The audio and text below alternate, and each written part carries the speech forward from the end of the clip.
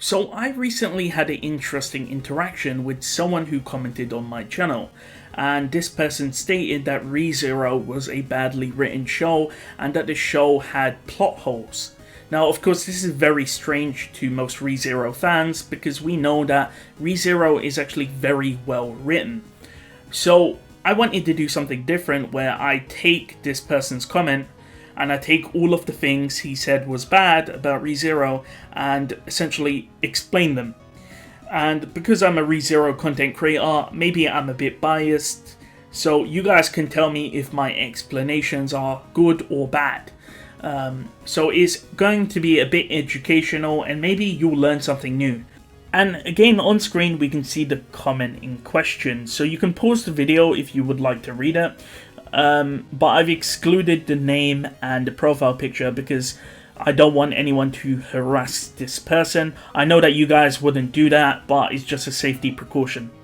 Now, what I also want to say is I don't think English is his first language, but I understand the points he's trying to make, and I'll address them point by point. But since all of you watching my channel are most likely ReZero gods, you guys most likely could be able to counter every point that he has mentioned. Either way, I'll be going through it now, and someone might say, oh, this guy's just trolling, but because he's put so many points down, it seems like he's actually being very genuine, and so that's the reason why I wanted to make this video. He didn't seem to do it out of malice or anger, so let's just get into the actual video.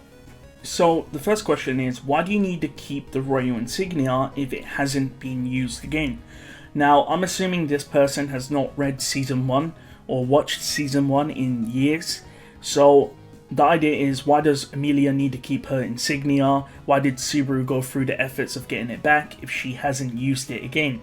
And we learn the whole point of this in Season 1 Episode 4, where it's told to us that the insignia shows that you're a dragon priestess. You're qualified to be one of the rulers of Lagunica, and it qualifies you to take part in the royal selection. So the difference between a dragon candidate and the royal selection is that the dragon candidates or the dragon priestesses are the 5 people which are shown to be qualified by the insignia. So the 5 people who are qualified are, of course, Anastasia, Priscilla, Felt, Krush, and Emilia. And the royal selection is the 3-year competition which will then determine which one will become king. In fact, we do see an insignia being used at the start of the royal selection when Felt gets introduced as the 5th and final royal candidate. In fact, Reinhard hands her the insignia, it glows in her hand, and it confirms her to be a dragon priestess, which then confirms that all 5 dragon priestesses have been found, which causes the royal selection to then start because all 5 have been found. However, this actually goes a bit further because in the light novel, we actually see all 5 royal candidates pull out their royal insignias during the start of the royal selection. So this is Season 1, Episode 12 and Episode 13. So when this person says we haven't seen Emilia use her royal insignia, well, you do see that in the light novel, and you kind of see that in the anime with Felt. So I'll put on screen the screenshot, you can read it for yourself. All characters pull out their royal insignia to confirm that they are the 5 dragon priestesses. So this was just you not really reading the light novel or not really understanding the anime. The next question is, why does the competition only start when the writers need it to happen? So again, this sort of tells me that this reader or watcher of ReZero has not really understood the whole purpose of Arc 1. So let's start. The competition he's referring to is the royal selection. I've answered this previously, but the royal selection can only occur if all 5 dragon priestesses or dragon candidates have been found. As we know, when Subaru entered the world in Arc 1, 4 of the 5 candidates were known. So Emilia, Krush, Anastasia, and Priscilla. The final candidate was not known. However, right at the end of Arc 1, Reinhard saw that Felt was the final candidate, shown by the dragon insignia. Now this is very important because Reinhard then knocked her out, took her to his basement, and in the 1 month time gap between Arc 1 and Arc 3, according to Reinhard, as you can see on screen, he taught Felt, how to act like a lady. and of course it didn't really work out. So yeah, again, it wasn't bad writing which led the royal selection to occur. It was actually an event set into motion from the events of Arc 1. The events of Arc 1 caused the events of Arc 3 to happen because Subaru allowed Felt to be found, which kick-started the cooldown to start the royal selection, which according to Reinhard took 1 month. But again, Reinhard is actually incorrect here, because according to Tappy, the gap between Arc 2 and Arc 3 is actually 2 months. So obviously Reinhard is incorrect. So I have to debunk him there. Can't be spreading misinformation like other people. I'm not sure why Tappy changed the time gap from 1 to 2 months, but as far as I'm aware, it's 2 months now. So, but as I said before, everything was explained and everything makes sense from a story-wise perspective. Why does the Witch of Envy only appear once?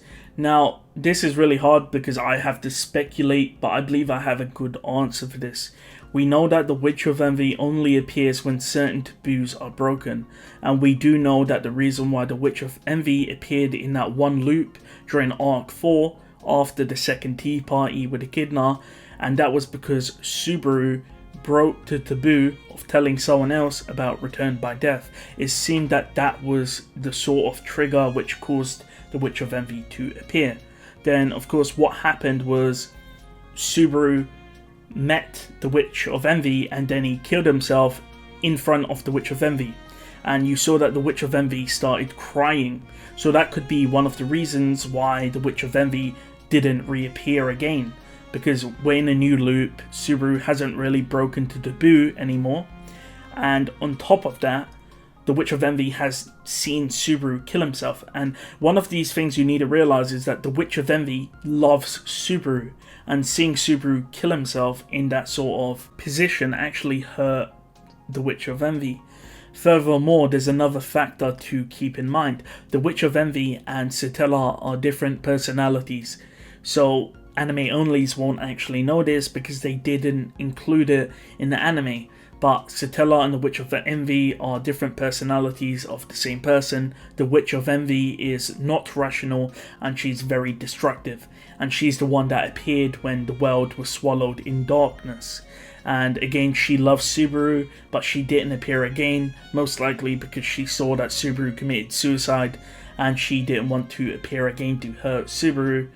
Then we have Satella, who can potentially keep the Witch of Envy in check. Satella was of course the personality that appeared in the third and final tea party, and of course many anime onlys might have wondered why was she so destructive in one loop, but in the tea party she was really nice, and that's because you saw both sides of her personality. The Witch of Envy is the irrational, hateful personality, and Satella is the rational one. They both love Subaru, but they express their love in different ways, and they're sort of having this sort of battle. So the reason why the Witch of Envy just can't run down Subaru is because Satella might influence the Witch of Envy and take control and stop that from actually happening. So again, that's my speculation, but that's the best answer you're going to get. The next question is, why did Echidna seem to know that the Witch of Envy would appear to give Subaru the knife? And we know this from a Q&A that Tappy stated that Echidna can see outside of her tea party and prepared Subaru by giving him the knife anyway. However, you can actually come to that conclusion by watching the anime, considering, for example, in the first trial that Amelia goes into, Echidna is berating Amelia. And one of the reasons for that is because of the fact that Subaru was giving her that speech and then they kissed, and Echidna was berating her over that incident that they had. So it shows that Echidna knew that it happened because she can look outside of a tea party to see what's going on. So the hints are there for you to actually work it out. Honestly, I didn't really understand his line of questioning here. If you go back to the initial comment, is this idea of why did Echidna not tell Subaru about the witch giving the witch cult powers or something. So that's just wrong. Witches which have authorities cannot give their powers to any person. So that's not something that can actually happen, and we know that the witch gene actually chooses the host itself. And Satella did not give the witch cult their power. I'm not sure what he's talking about, but I'm assuming because someone was called the Witch of Greed and there's a Sin Archbishop of Greed, they automatically assume that they're connected, but they are not connected in any regard. When did Otto become Subaru's friend? Well, I mean, this is such a weird question because, like, Subaru has met Reinhard like once, and Reinhard considers Subaru a friend. You know, Subaru has been in the vicinity of Ram and Rem in Arc 2 for around a week, and he has befriended them. So it's more about the depth of your friendship rather than the length of time, because it's about quality rather than quantity. There's one thing this person fails to realize. Subaru was the person that essentially saved Otto from being killed by the Sin Archbishops when he was tied up in the cave. And of course, Otto feels like he owes Subaru a favor, you know? And that's one of the sort of driving points behind Otto that you have seemed to forgot. I mean, there was literally a whole episode about this.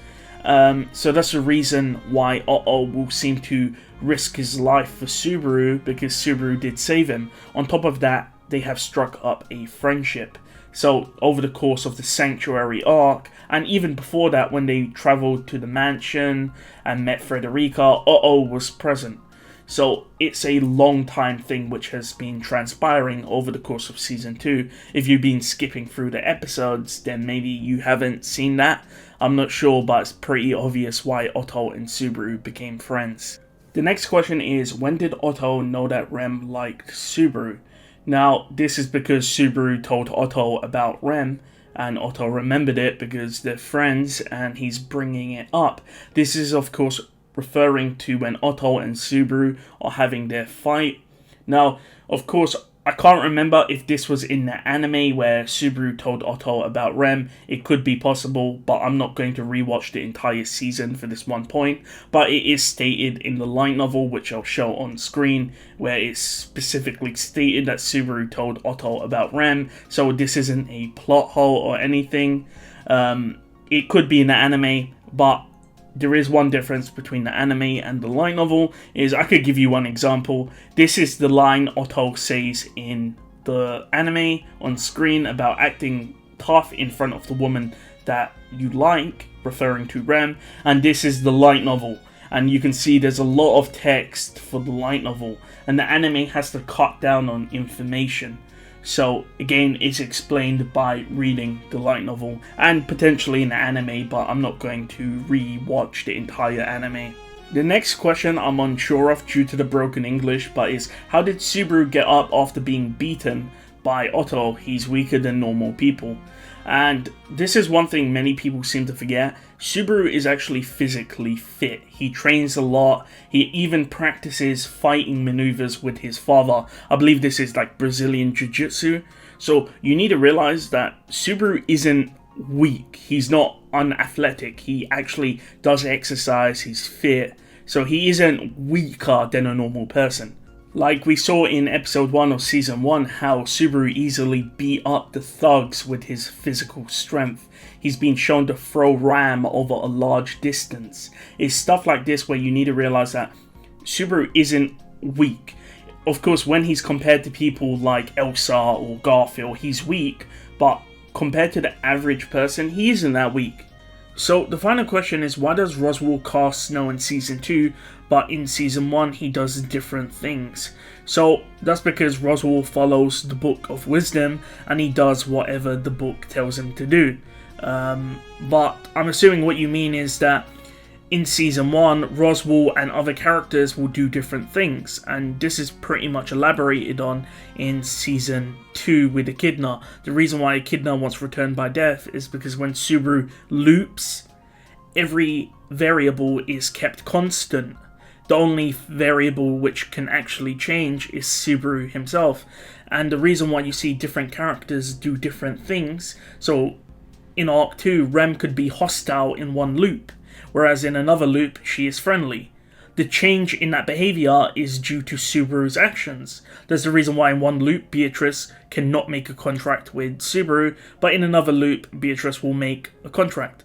That isn't because of poor writing, that's because of the way the characters interact with Subaru can change their decisions, because every character in ReZero has their own autonomy and personality. In fact, I would say that's good character writing. And Roswall is the same. He changes his behavior, but on top of that, he also has the Book of Wisdom. So he has like two factors which can change his behavior. And of course, the Book of Wisdom can be influenced by Subaru. So if Subaru does something which doesn't match up with the Book of Wisdom, then Roswall's behavior will be affected. Like we know in Season 2, like when Subaru fails, then Roswall gives up on life. He will then die to the Great Rabbit, for example. So everything is sort of interlinked. So with that, I've answered pretty much all of the questions which are relevant. So you can see that ReZero is actually very well written. Pretty much all of the questions you asked actually did have canonical answers, and some of them were speculation, and that's because the series still has room to develop, especially when it comes to things like Satella and the Witch of Envy, for example. And I'm not going to say that I know the truth to those questions because I don't spread misinformation. Either way, the ReZero theory iceberg, a lot of those theories do have answers, and a lot of those theories can be debunked. So I will be making a video on that, and this will be the end of this video. So hopefully, to my normal viewers, you've learned something new, and to the ReZero hater, hopefully I did answer some of your questions, and maybe you'll see ReZero as a slightly better anime. Anyways, thank you for watching, and I'll see you guys next time.